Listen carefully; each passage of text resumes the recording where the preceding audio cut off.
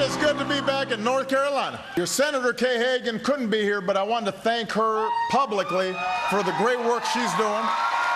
Senator Kay Hagan will not be attending. It's obviously her home state. Is the president worried that he is a drag on some vulnerable Democrats in this key election year? Brianna, I think Senator Hagan's office has addressed that. I think she's here working on important business. I think people take that as the congressional equivalent of, I can't go, I'm washing my hair. This isn't a campaign event, Brianna. I understand, having been there, the urgent desire to turn every story 10 months out into an election story. I promise you this is not. All I can tell you is that the president is traveling to North Carolina tomorrow. And he, in fact, traveled to North Carolina today. Senator Hagan did not. She was here in Washington, saying that there were some big votes, and there were some big votes in the Senate.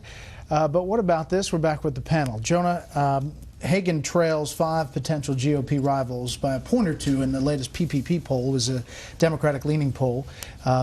What about the president on the road for somebody like Kay Hagan? Right. Well, the fact that she's behind 5 different people shows that it's not the popularity of any one of her opponents. It's the unpopularity of the Democrats and of Kay Hagan that is the issue there.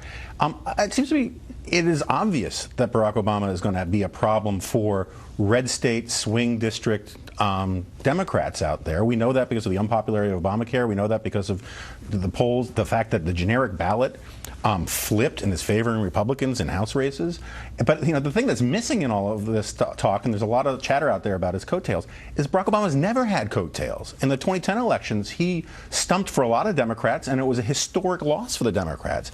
The idea that now that his approval rating is so low, and historically approval rating of the president affects members of his own party a lot, it seems to me that at best he's neutral and probably a hindrance in a lot of places. Juan, there was another trip to Louisiana that Senator Mary Landrieu did not attend the event there. Right.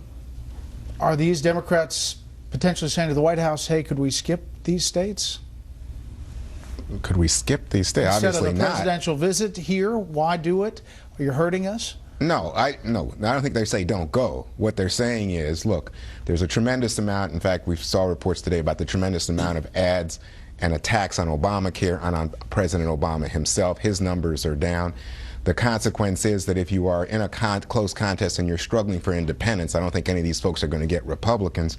You really don't want to get so close to a polarizing figure that you would drive away those independents and have them see you as a surrogate for President Obama.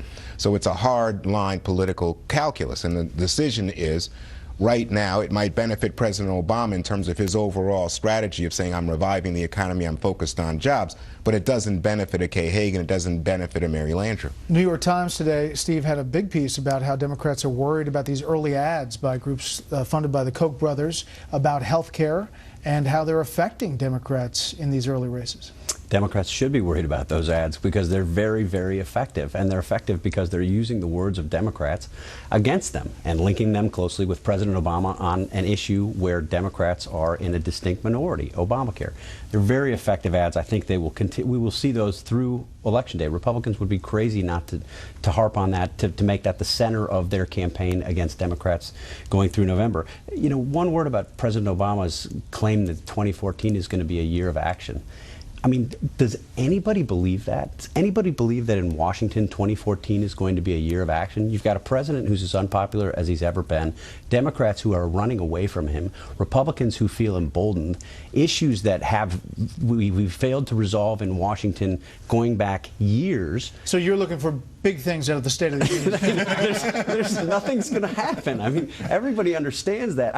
I think if you're working for the president, it almost has to sound a little bit desperate for the president to continue to say this is going to be a year of action like it will be a self-fulfilling prophecy. Nobody thinks it's going to be a year of action because it's not. Because it's not. Yeah, I was going to say, that's a good point, but I think he has the opportunity to take more of those executive acts. I thought you would be objecting to it, Steve. They say, oh, you know, he's going to do things on his own, and he's going to make more speeches, more words.